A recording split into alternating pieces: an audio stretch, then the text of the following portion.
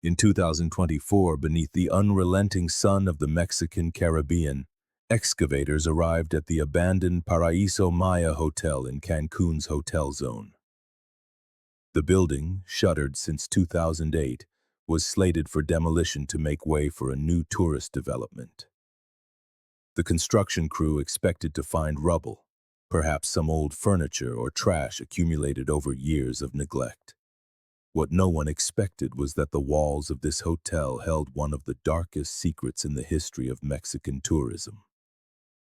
It was Jose Martinez, a heavy machinery operator with 20 years of experience, who made the discovery.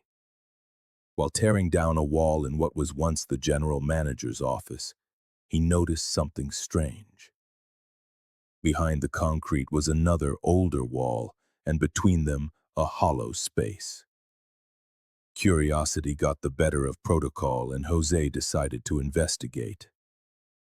There, protected by years of oblivion, he found a built-in safe, rusted but intact.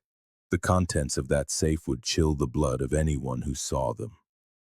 Perfectly organized folders held detailed files on hotel guests, each with photographs, personal information, and strange codes. But most disturbing were 24 dossiers marked with a red X and a chilling annotation. Transfer complete. Serena Yacht. They all corresponded to young people who had stayed at the hotel for 3 specific days, from March 15th to the 17th, 1993. Alongside the files, wrapped in plastic, were videotapes from the hotel's security system from those very same dates, miraculously preserved despite the passage of time. The dates perfectly matched 24 missing persons reports that had remained unsolved for over 3 decades. Cases the authorities had filed away as voluntary runaways or probable maritime accidents. These files, hidden for 31 years in the bowels of one of Cancun's most exclusive hotels, not only confirmed the fate of 24 young people who came seeking fun in the Mexican sun, but also exposed how the Caribbean paradise became a death trap for those who were selected for their youth, beauty, and the vulnerability of being far from home. If you have ever vacationed in Cancun or know someone who has, this story will make you see that tourist paradise with new eyes. Prepare yourself, because what you are about to discover about the dark side of all-inclusive resorts will leave you breathless. To understand the magnitude of what happened, we must travel back to the Cancun of 1993. The crown jewel of Mexican tourism was living its golden age, a boom that had transformed what was barely an ambitious project in the 70s into the most coveted tourist destination in Latin America. The Hotel Zone, that sliver of land between the Nichupte Lagoon and the Caribbean Sea, glittered with an endless succession of luxury resorts, each competing to offer the most exclusive experience. Legendary nightclubs like Dadio, La Boom, and Christine set the city's nocturnal pulse. The all-inclusive concept was at its peak, and tourists, mainly from the United States and Canada, arrived by the millions each year. But it was during spring break that Cancun transformed into something else entirely. A city with no apparent rules where college students could live out fantasies of absolute freedom. The spring break phenomenon had exploded in the early 90s. MTV broadcast live from the beaches, beer flowed endlessly, and wet t-shirt contests were a daily spectacle.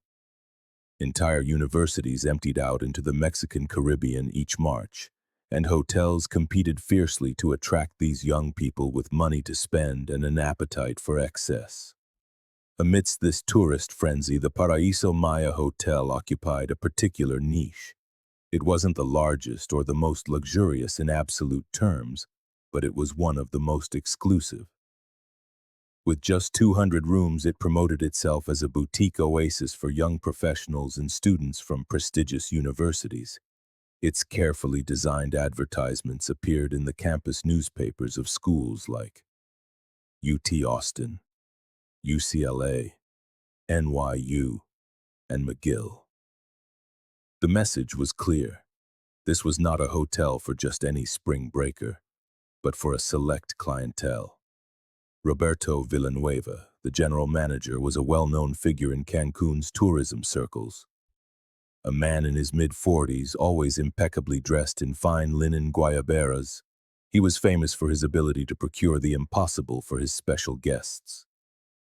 A table at a fully booked restaurant, VIP access to the hottest clubs, private tours to secret cenotes. The hotel staff respected and feared him in equal measure. They knew that Don Roberto, as he insisted on being called, had connections that reached far beyond the hotel industry. The files found in 2024 revealed detailed profiles of each of the 24 victims. They were not random names or tourists chosen by chance. Each had been carefully selected, evaluated, and marked for a fate none could have imagined when they boarded their flights to a Mexican paradise. Jennifer Morrison and Sarah Williams were the kind of girls who lit up any room. Both 21, communication students, they had been best friends since high school in Houston. Jennifer, a natural blonde with piercing blue eyes, was the editor of the university newspaper. Sarah, a brunette with a contagious smile, ran the campus radio station. They had saved for months for this trip, working extra shifts at the university coffee shop. Brad Thompson and Mike Davis, both 22, were the stars of the UT lacrosse team. Brad, at 6'3" with an athletic build, came from a middle-class family in Austin. Mike, the son of a small business owner from Dallas, was on a partial athletic scholarship. They had convinced the girls to travel with them, promising to protect them in Cancun, a cruel irony considering what would happen.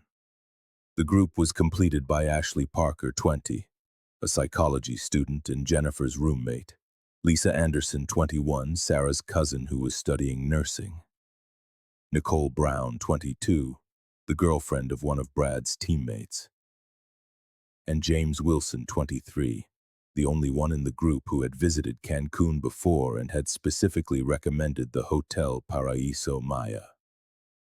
From UCLA came another group that fate would tragically link with the Texans.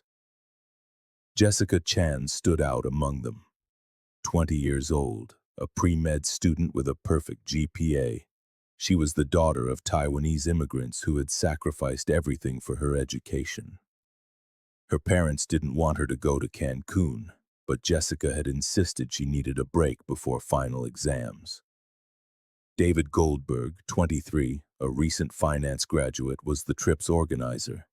Hailing from a comfortable, if not wealthy, Jewish family in Beverly Hills, David already had a job offer from Goldman Sachs waiting for him in the fall. This trip was his personal celebration before entering the corporate world. The other four from the California group included Rachel Martinez, 21, a drama student dreaming of Hollywood, Kevin Park, 22, a computer science whiz who had already developed 2 successful apps, Emma Thompson, no relation to Brad, 20, a swimmer on the university team, and Carlos Mendoza, 21, the only one in their group who spoke fluent Spanish, a second-generation son of Mexican immigrants. 3 couples had chosen the Paraíso Maya for romantic getaways. Amanda Chen and Robert Foster, both 24 from Chicago, were celebrating their first anniversary. She worked in marketing, he was a junior engineer. They had chosen Cancun for its affordability. Maria Sanchez and Jose Ramirez, both 25 from San Antonio, were high school sweethearts planning to marry that summer. This trip was their early honeymoon. Both elementary school teachers, they had saved every penny for a year to afford a week in paradise. Sophie Dubois and Thomas Mitchell from Montreal were the youngest couple, she 19, he 20. Students at McGill University, they had lied to their parents about their destination, saying they were going skiing in Vermont. Their youthful rebellion would lead them to a fate far darker than any parent could imagine. The final 4 were solo travelers brought together by those fateful days. Melissa Johnson and Katie Roberts, both 22 from Florida, didn't know each other but had decided to travel alone after their respective groups canceled at the last minute. Alex Newman, 24, from New York, was a freelance programmer who could work from anywhere and had chosen Cancun on a whim. Ryan O'Brien, 23, also a New Yorker, had just been laid off from his Wall Street job and was spending his severance on what he thought would be the trip of a lifetime. Analyzing the profiles, unsettling patterns emerged.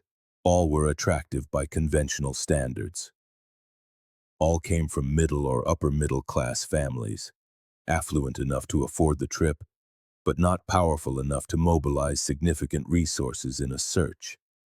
None had political or media connections that could push for thorough investigations. Most had paid in cash or with their parents' credit cards, leaving minimal financial trails.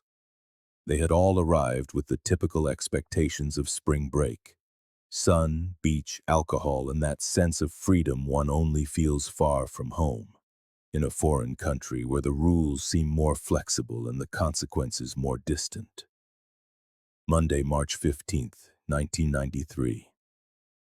The sky over Cancun dawned clear that Monday, with the kind of crystal clarity only the Caribbean can offer.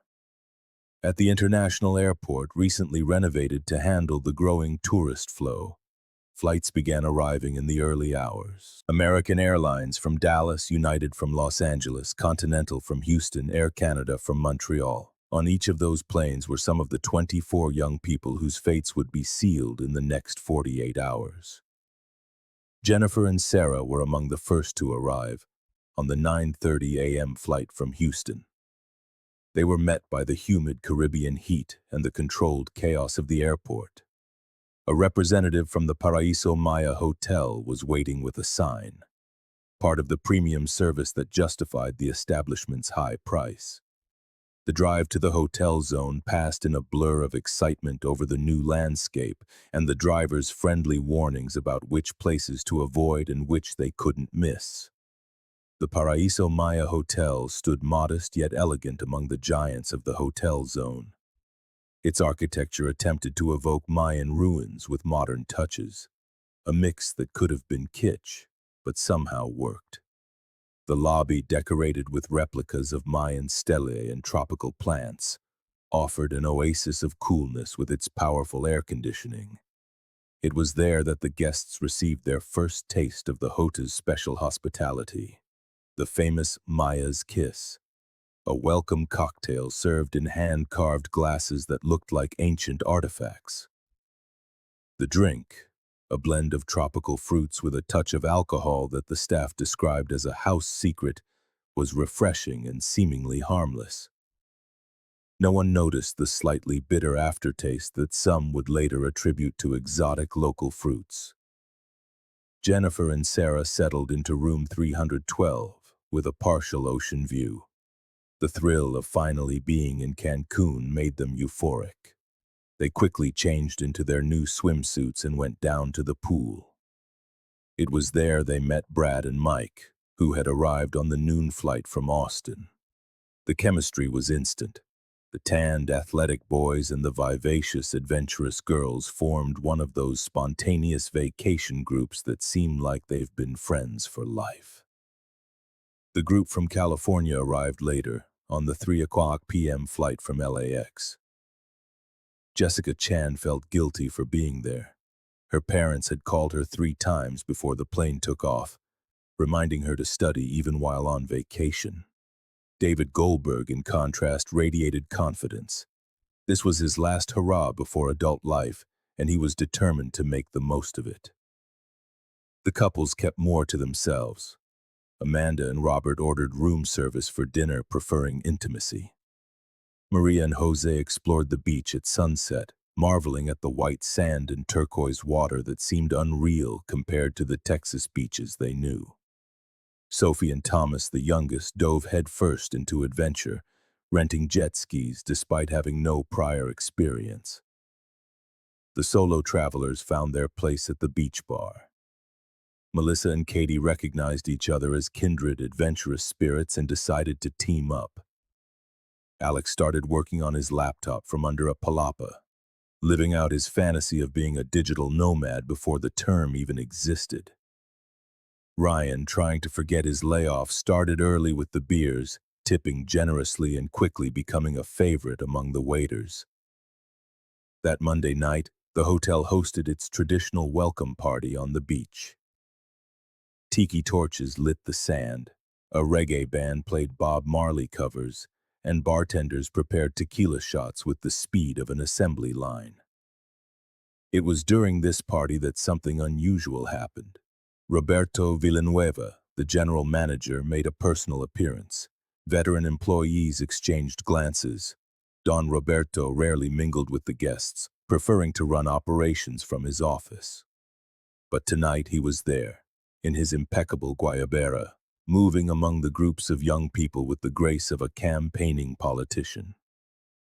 He introduced himself, asking where they were from, what they were studying, what their plans were in Cancun.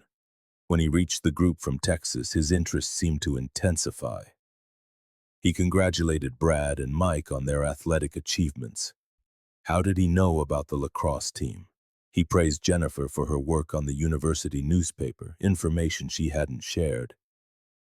With the California group, he was equally specific, remarking to Jessica how proud her parents must be to have a daughter in medical school. By the end of the night, Villanueva had extended selective invitations, an exclusive party on the hotel's private yacht the following evening. Not all guests received the invitation, only those who had captured his particular interest. The 24 who would be reported missing 48 hours later were all on that list. Employees who worked that night would later recall details that seemed insignificant at the time. How Villanueva had whispered specific instructions to the head of security. How certain guests were discreetly photographed without their knowledge. And how the paradise they were selling had a price far higher than anyone could ever imagine. The bar staff had their orders: be especially generous with certain groups, ensuring their glasses were never empty. Tuesday, March 16th. For many, Tuesday dawned with a hangover, but the brilliant sun and the promise of adventure soon lifted their spirits. The hotel offered a breakfast buffet that was a work of culinary art. Tropical fruits were carved into elaborate shapes. Chilaquiles and huevos motuleños awaited the gastronomically adventurous, while pancakes and waffles stood ready for the more conservative.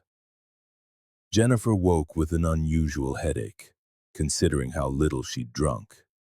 Sarah felt dizzy, but she chalked it up to the change in altitude and climate. Brad and Mike, accustomed to heavier drinking, felt strangely lethargic.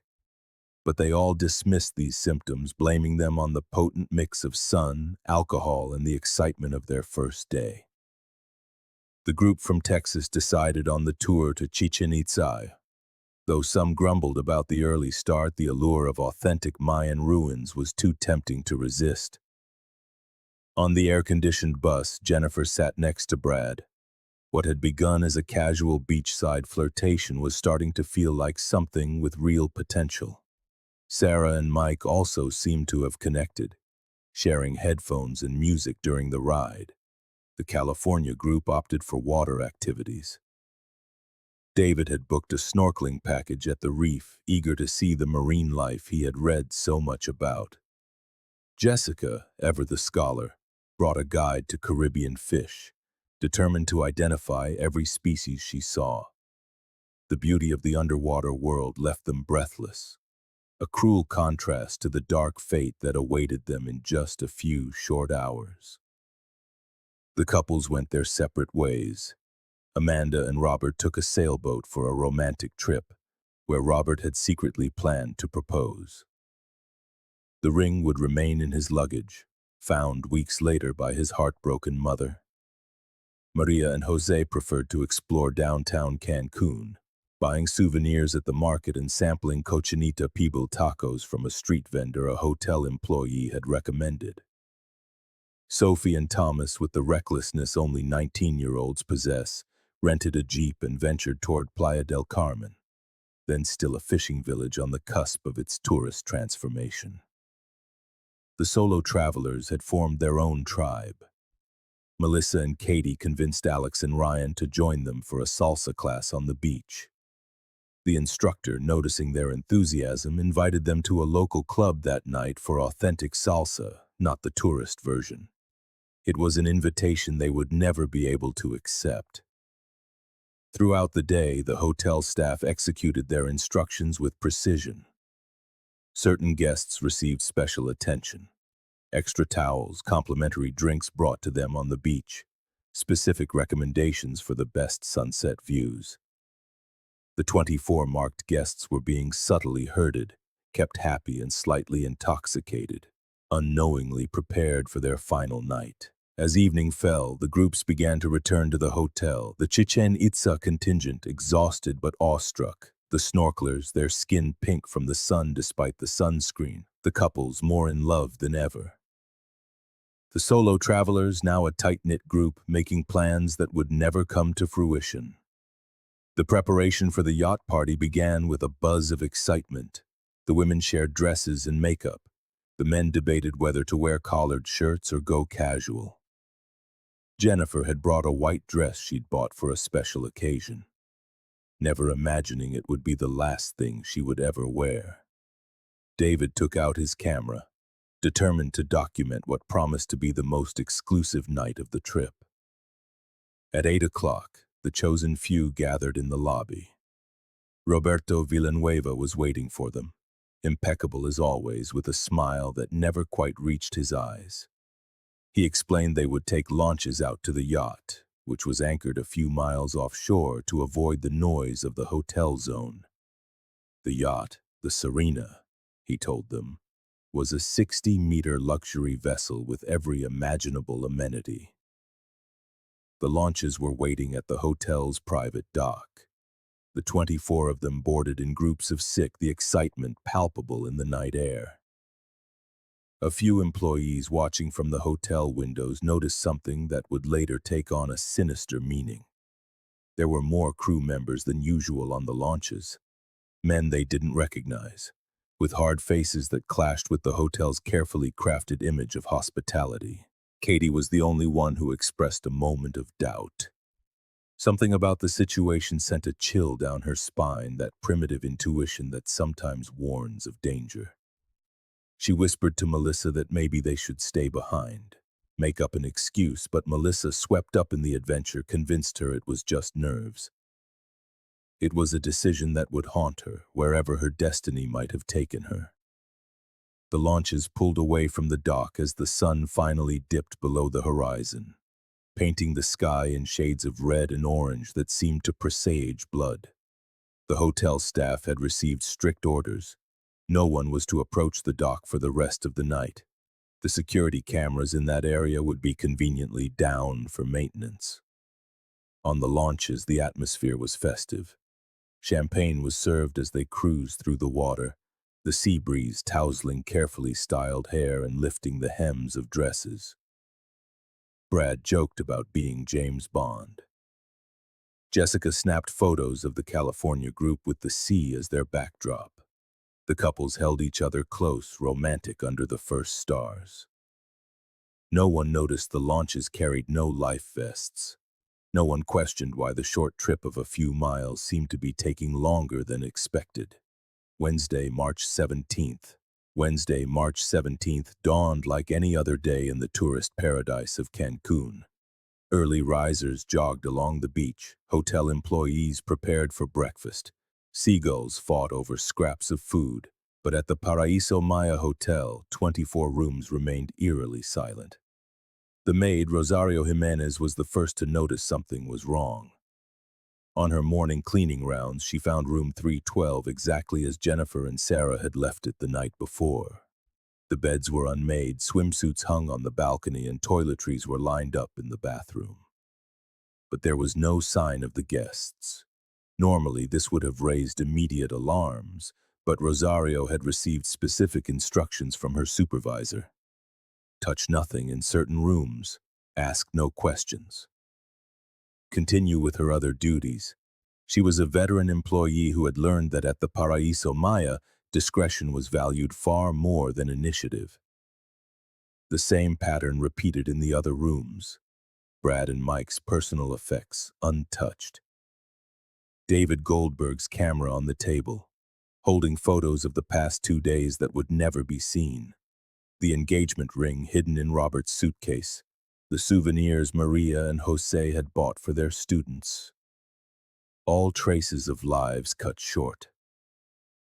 Mid-morning, a special team arrived at the hotel. Efficient men in unmarked overalls proceeded to systematically empty the 24 rooms. Suitcases, clothes, personal items, everything was meticulously packed and loaded into an unlicensed van. The employees who witnessed the operation received the clear message: this was not happening. The reception staff had been coached on how to handle the inevitable calls. When Jennifer's father called around noon, worried that his daughter hadn't made her promised morning call, the receptionist read from a prepared script. Miss Morrison had checked out early that morning with her friends. They had mentioned something about extending their trip to Cozumel or Playa del Carmen. More calls followed. Jessica's parents, David's sister, Robert's boss, asking if he was extending his vacation. For each one, the same rehearsed answer, when some insisted on speaking to the manager. They were told that Mr. Villanueva was in an important meeting off-site. In reality, Villanueva was in his office coordinating the final phase of the operation. Hotel records were altered to show voluntary checkouts. Copies of passports required by law to be kept on file vanished. Security tapes from the last 3 days were replaced with old recordings. By the afternoon, as the more persistent relatives began to grow seriously alarmed, the hotel implemented the next phase of the deception. At the Cancún airport, accomplices strategically left behind a few of the missing guests' belongings. Brad's backpack, with his passport inside, forgotten in a restroom. Sarah's purse containing her wallet found in the food court. The planted evidence was meant to support the narrative that the young people had been at the airport, reinforcing the story that they had left the hotel of their own free will. 24 young people full of life had vanished in a supposed paradise. If you know someone who travels alone or in small groups, share this as a warning. Comment if you've ever noticed anything suspicious on your travels. The truth that is about to be revealed will change how you see tourist destinations forever. Concern morphed into panic as the first 24 hours passed with no news. Jennifer Morrison's parents were the first to take decisive action. Jim Morrison, a Vietnam veteran and hardware store owner from Houston, was not a man to sit and wait. When his daughter failed to make her Wednesday call, a promise she had kept religiously every day of the trip, he knew something was wrong. His first call to the hotel got the standard story about the early checkout. The second, more insistent call yielded the same information. By the third, Jim had already contacted the American consulate in Cancun. The official response was frustrating in its bureaucratic politeness. Without evidence of a crime, they couldn't do much. Young adults often extended their vacations without telling their families. Sarah Williams had a twin sister, Lisa, with whom she shared that inexplicable twin connection. Lisa knew something terrible had happened even before the daily call was missed. She convinced her parents to contact the Morrisons, and together, the two families began to piece together the puzzle. They called the families of Brad and Mike, who had received similar responses from the hotel. By Thursday night, an informal communication network had been established among the relatives. David Goldberg's parents had flown in from Los Angeles. Jessica Chang's mother, ignoring her husband's pleas to wait for the authorities, took the first available flight to Cancun. In total, representatives from 18 of the 24 families converged on the tourist paradise that had swallowed their children. On Friday, March 19th, the group of parents showed up en masse at the Paraíso Maya Hotel. The scene was chaotic and heartbreaking. Mothers wept, fathers demanded answers, and siblings threatened to tear the place apart if they weren't told the truth. Roberto Villanueva finally appeared, projecting a professional calm that bordered on the sociopathic. In a measured voice and with a rehearsed expression of concern, Villanueva repeated the official story. Yes, the young people had been guests. Yes, they had attended a yacht party on Tuesday night, but they had returned around 3 in the morning, apparently intoxicated but in good health. They had checked out early on Wednesday, mentioning plans to continue their party elsewhere. He produced falsified records, forged signatures, and even some post-dated minibar charges to lend credibility to his story. When the parents demanded to see the security footage, Villanueva regretfully informed them that the system had suffered a technical failure that week. A complete coincidence, he assured them, but the tapes from those specific days were damaged. When they asked to speak with employees who might have seen the young people, it turned out that, coincidentally, everyone who had worked those shifts was now on vacation or had been transferred to other hotels in the chain. The Quintana Roo police took the reports with the same bureaucratic reluctance that characterized their handling of any case involving tourists. The commander assigned to the case, Miguel Herrera, was a man who understood Cancun's priorities perfectly. Tourism was the economic engine, and stories of mass disappearances were poison to the industry.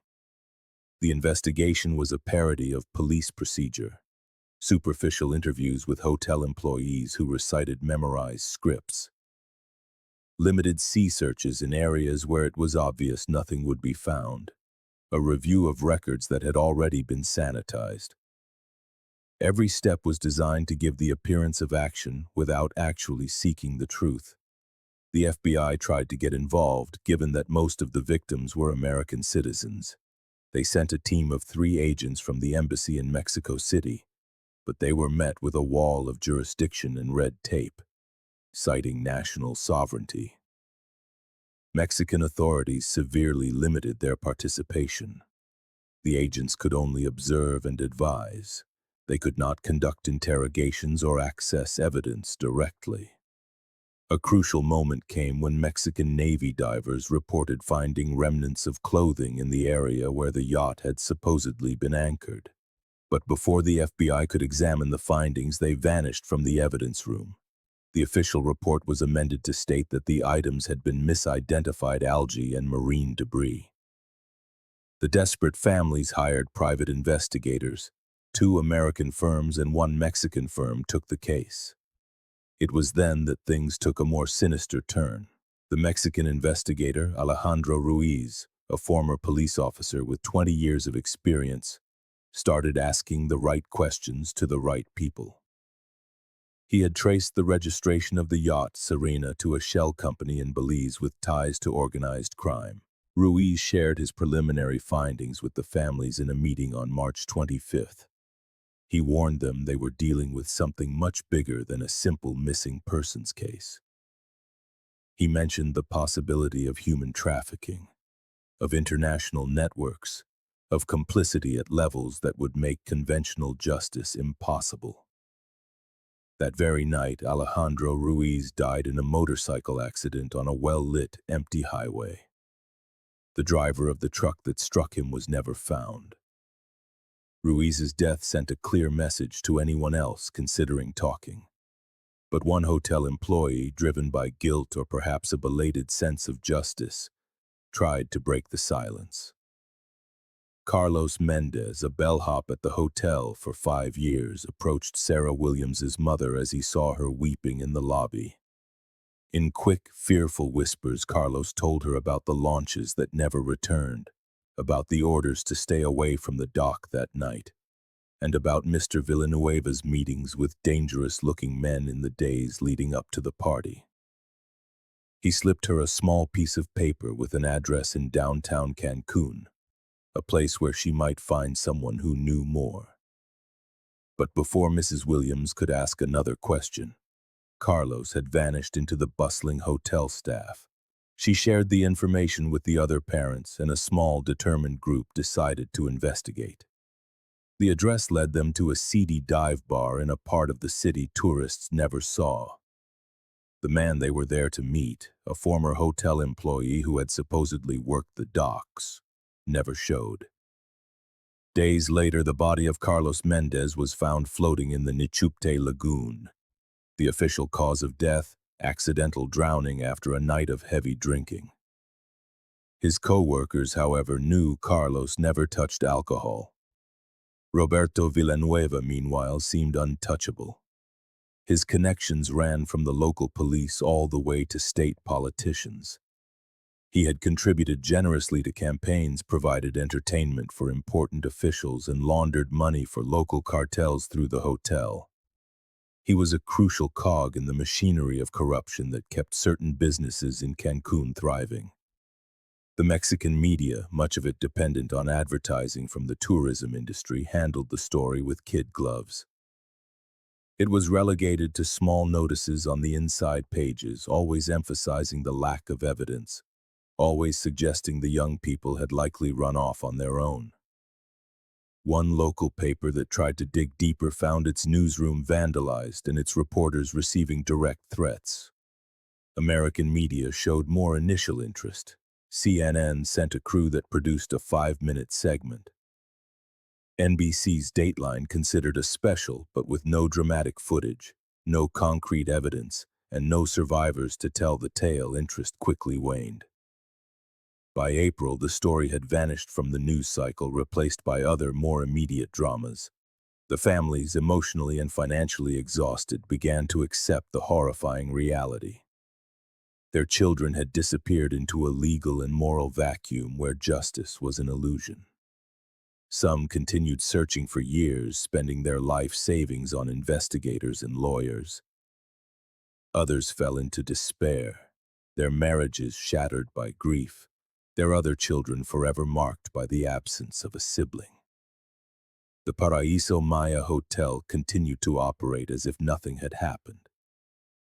New spring breakers arrived each March, oblivious to the location's dark history. In 1994, Roberto Villanueva was promoted to regional director for the hotel chain. A year later, he mysteriously disappeared during a business trip to Guatemala.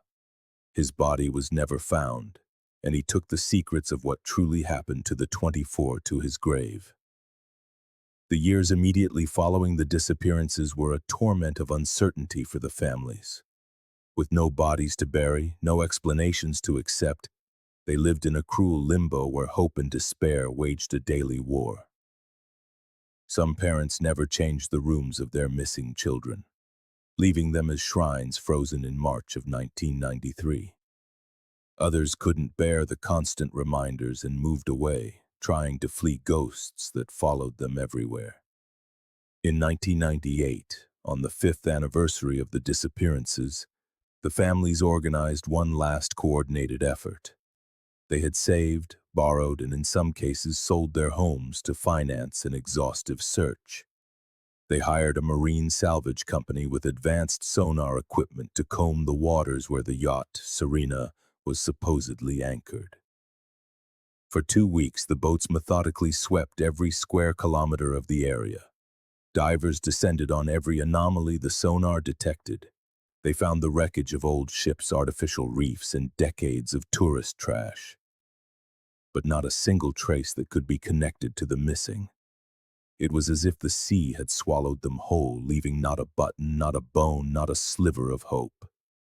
The case took an unexpected turn as the first conspiracy theories emerged on the burgeoning internet.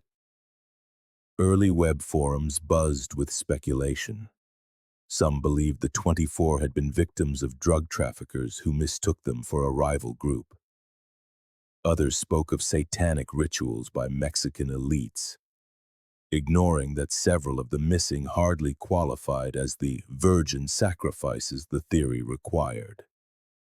A particularly persistent theory involved organ trafficking. An anonymous user claiming to be a former hospital employee in Mexico City alleged that an unusual number of transplants had occurred in private clinics across the capital in March of 1993. But when journalists investigated, they found no records to support the claims. The clinics mentioned either didn't exist or had solid alibis. The theory that came closest to the truth appeared in a forum for former employees of the Mexican hotel industry. A user with the pseudonym Cancún Sombra, Cancún Shadow, posted a series of messages detailing how certain hotels in the 90s served as collection points for international trafficking rings. He described a system where young tourists were evaluated and selected based on specific criteria: physical attractiveness, a lack of powerful connections, and vulnerability from being intoxicated or far from home. Cancún Sombra specifically named the Paraíso Maya Hotel in Roberto Villanueva, describing how victims were subtly drugged for days before being harvested at exclusive parties. He claimed the yachts served as the first point of transfer, taking the victims to larger ships in international waters. From there, they were distributed to different destinations according to demand. Some to luxury brothels in South America, others to private collectors in the Middle East, and the least fortunate to labor camps in remote locations. The posts from Cancún Sombra caused a stir, but when users tried to contact him for more information, the account vanished. Attempts to trace the IP address led to an internet cafe in Playa del Carmen that had closed years earlier. Some speculated he was another employee with a guilty conscience. Others believed it was disinformation planted to distract from the real truth. In October of 2003, the case briefly returned to the headlines because of an incident in Buenos Aires. Margaret Thompson, a Canadian social worker in Argentina for a conference on human trafficking, decided to do some fieldwork in the city's notorious red light districts. In a high-end brothel in the Recoleta neighborhood, disguised as a private club, Margaret thought she recognized one of the women. The woman, who looked to be in her early 30s, was blonde with blue eyes dulled by years of abuse. As she served Margaret a drink, their eyes met. The woman whispered in English with a distinct Texan accent, "Help me. I'm Jenny from Texas. They took us from Cancun." Before Margaret could react, two security guards approached and escorted the woman to the back. Margaret tried to insist on speaking with Jenny, but was forcibly removed from the establishment with veiled threats to her safety. When she returned the next day with local activists and the police, the brothel had been abandoned. Neighbors reported seeing trucks taking all the women away during the night. The building was empty, save for stained mattresses and the lingering smell of disinfectant. Back in Canada, Margaret contacted the families of the Cancun missing. She showed them a sketch she had made of the woman. The parents of Jennifer Morrison wept when they saw it. The features matched, though aged and hardened by time. But without more evidence, Argentine authorities declared there was no case to investigate. The brothel didn't officially exist. There were no records, no witnesses willing to talk. The Paraíso Maya Hotel continued to operate with varying degrees of success until 2008. The years following the disappearances saw a slow decline. The high-end clientele that Roberto Villanueva had cultivated drifted away after his own vanishing. New managers lacked his connections and his dark charisma. The hotel became just another three-star resort, surviving on cheap package tours and low-budget conventions. But even in its decay, the hotel could not escape its history. Employees reported constant paranormal activity. Guests in the former room 312, renumbered to 412 in a futile attempt to erase the past, complained of hearing the voices of young women laughing and crying. The beach bar, where that fateful welcome party had been held, was avoided by the night staff, who swore they saw translucent figures dancing on the sand. A bellhop who worked there in 2007 recounted seeing a group of young people in 90s-era clothing walking toward the pier late one night. When he ran after them to warn them the area was clear, they vanished before his eyes. Another employee swore he saw a blonde woman in a white dress standing on the balcony of room 312, staring out at the sea. When they went up to check, the room was empty and had been unoccupied for weeks. Attempts to renovate the hotel failed. Investors would pull out after spending a single night on the property. A group of businessmen from Mexico City abandoned their deal after their accountant, a skeptic of ghost stories, spent a night alone in the hotel to assess the property. They found him the next morning in the lobby, catatonic, muttering about the 24 who can't leave. Finally, in September of 2008, the hotel closed its doors for good. The closing ceremony was minimal, attended only by a few veteran employees and a corporate representative. As they locked the main entrance, several swore they could hear the faint sound of reggae music and youthful laughter drifting from the empty beach. The hotel was sealed, abandoned to the elements and to the ghosts that, according to local legend, were still waiting for a boat that would never return. For 31 years, the mystery festered, but the truth, when it finally emerged, was worse than anyone had ever imagined. October 2024 arrived with demolition plans for the old Paraíso Maya Hotel grounds. An international consortium had bought the property to develop a new luxury, all-inclusive resort. Years of neglect had left the building in ruins, a concrete skeleton of memory that was cheaper to demolish than to restore. Jose Martinez, an excavator operator with 2 decades of experience, had torn down dozens of buildings in the hotel zone. For him, it was just another day at work when his machine began to strike the walls of what had once been the executive office suite. It was the sound that alerted him, a hollow thud that indicated an empty space where there shouldn't be one. Curiosity won out over protocol. Jose climbed down from his machine and examined the partially demolished wall. There was indeed a gap, about half a meter wide, between the visible wall and an older one behind it, a purpose-built hiding place. Amidst the rubble, the door of a safe peeked out like a metal eye staring out from the past. The safe, a Mosler model from the 1980s, was locked but not sealed. The Caribbean humidity had done its work over the decades of abandonment, and the lock gave way after a few tries with a crowbar. What Jose found inside would change the narrative of one of Mexican tourism's most enduring mysteries. The documents were organized with a chilling precision. Hanging folders, each labeled with dates and codes. The section for March 1993 took up considerable space, containing 24 individual files, each marked with a red X and the annotation that would become infamous. Transfer complete, Yacht Serena. Each file was a study in methodical dehumanization. They contained photographs of the guests, taken without their knowledge.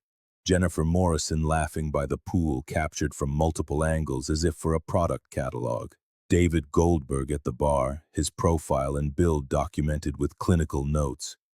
Couples kissing on the beach, unaware that their romance was being evaluated for its commercial potential. But the photographs were only the beginning. Each file contained information that could only have been obtained through extensive surveillance or hacking.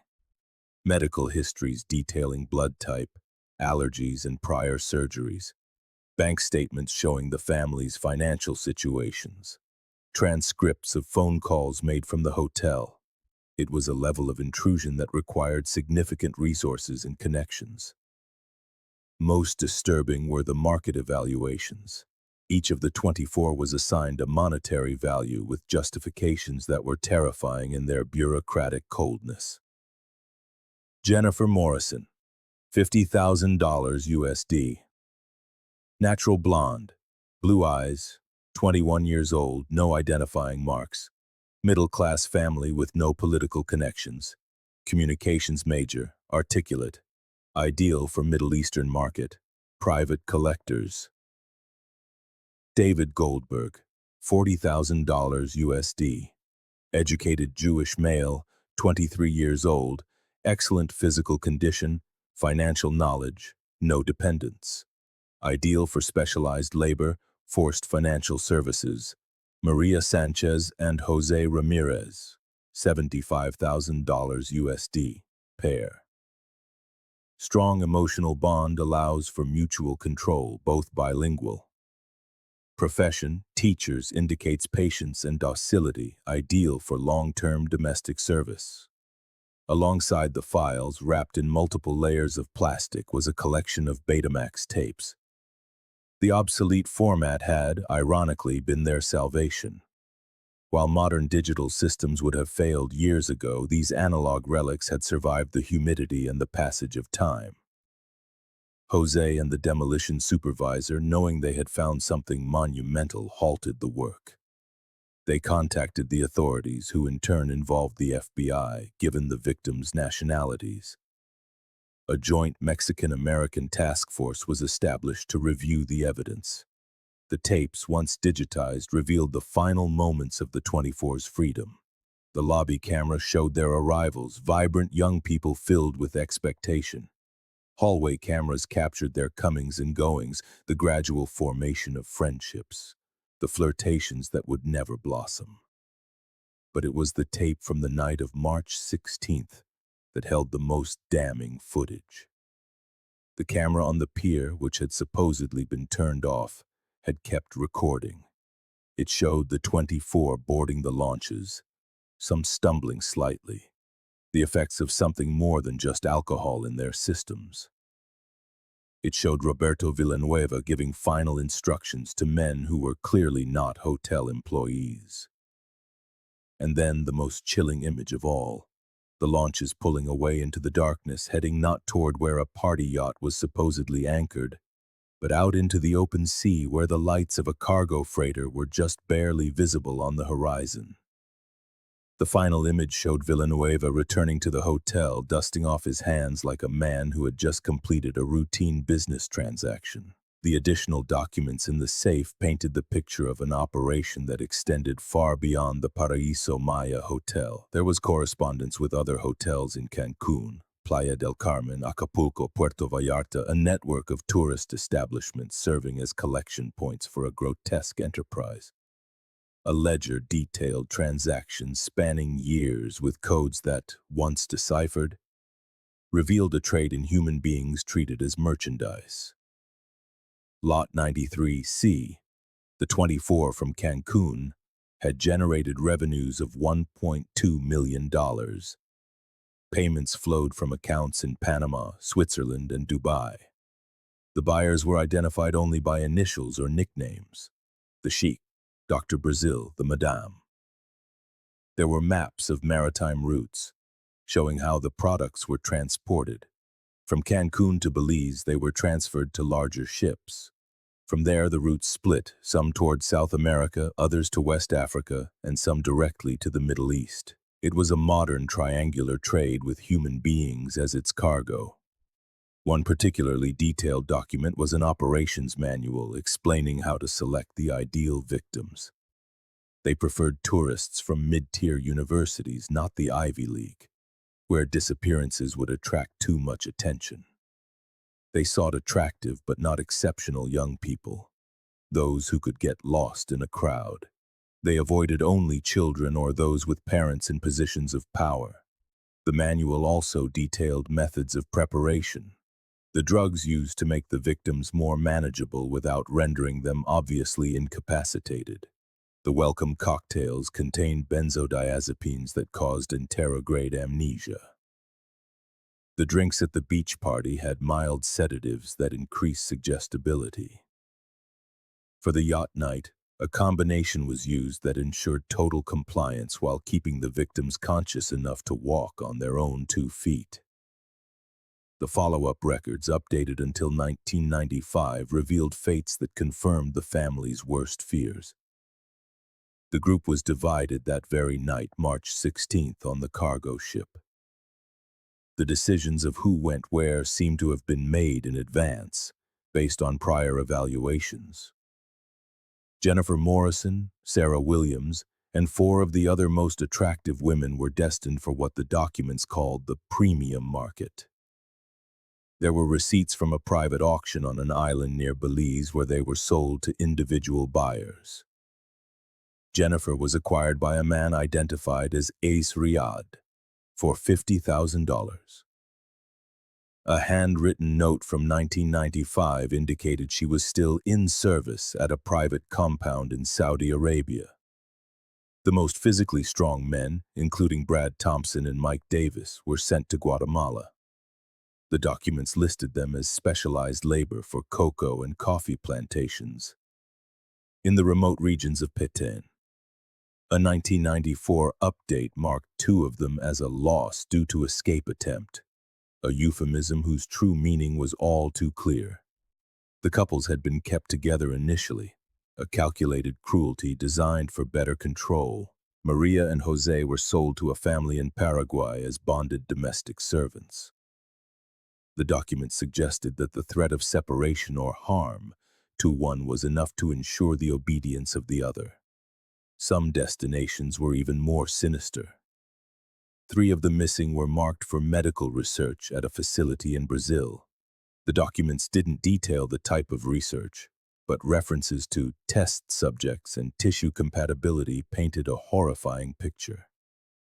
David Goldberg had met a particularly cruel fate. His financial knowledge had made him valuable to a criminal organization in Colombia that needed expertise in money laundering. The documents indicated he had been forced to work setting up offshore accounts and moving funds, kept obedient through a forced addiction to heroin. The documents also revealed why the operation had ended. Roberto Villanueva was not the mastermind, but a middle manager in a much larger organization. When he began to attract too much attention after the 1993 disappearances, he became a liability. His own disappearance in Guatemala in 1995 was no mystery to the network's leaders. He had been retired by his own partners who feared that the pressure from the American families would eventually break him. A note in his personnel file written by someone identified only as the director stated, "RV eliminated as per protocol." He knew too many names. An example was necessary for the other managers. The network had continued to operate but changed its methods after the Cancún incident.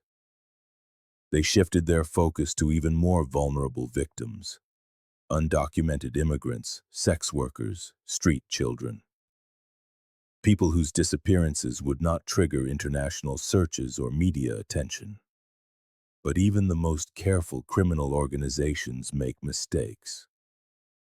A series of arrests in Panama in 2001 dismantled part of the financial structure. The heightened security after 9/11 made it harder to move people across borders.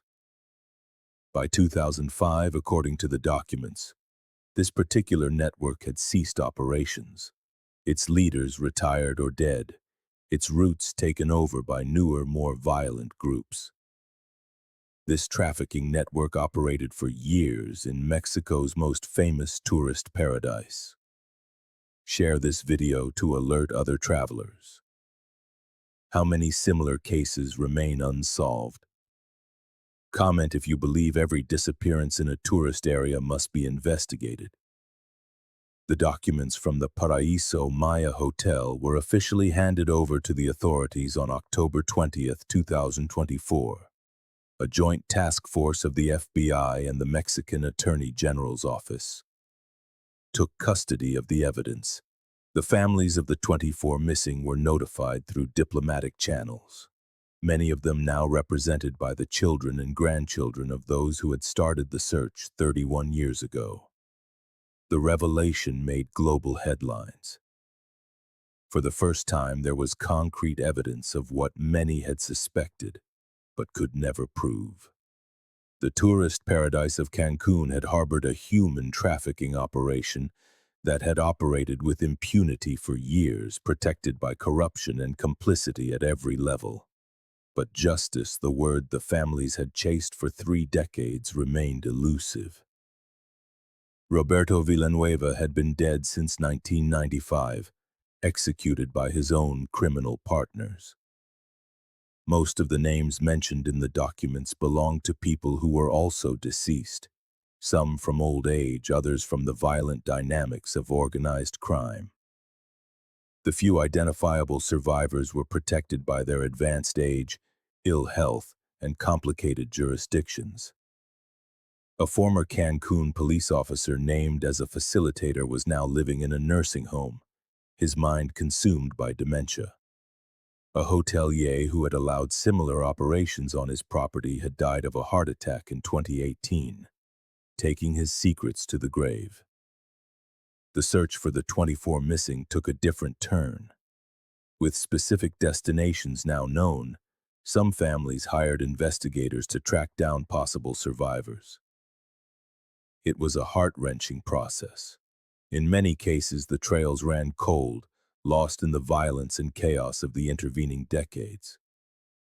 Civil wars in Central America, economic crises in South America, and regime changes in the Middle East had erased records and witnesses. There were a few developments that offered partial closure. In Argentina, investigators found a 2005 death certificate for a Jane Doe that matched Sarah Williams's description. She had died of complications from AIDS in a public hospital in Buenos Aires, unidentified but for a tattoo her sister recognized from a blurry photograph. In Guatemala, testimonies from workers at an abandoned plantation spoke of the gringos who had worked there in the 90s. 2 had died trying to escape, their bodies buried in unmarked graves in the local cemetery. The others had been moved when the plantation closed in 1998. Their subsequent fate unknown. A particularly painful development came from Dubai. A Filipino social worker who helped trafficking victims recognized Jennifer Morrison's photo. He claimed to have seen her in 2010 at a residential compound where he worked. The woman, who used a different name, appeared to be a wife in a modern-day harem. When the social worker tried to approach her, he was fired and deported. Subsequent attempts to investigate the compound were met with the impenetrable bureaucracy and privacy culture of the Emirates. The Mexican government, pressured by the revelation and international media attention, issued an official apology in November 2024. The president acknowledged the systemic failures that had allowed such crimes to occur in one of the country's most important tourist destinations. New security measures for tourists were announced, including a special protocol for disappearance cases. A special unit was created within the Attorney General's office to investigate cold cases of missing tourists.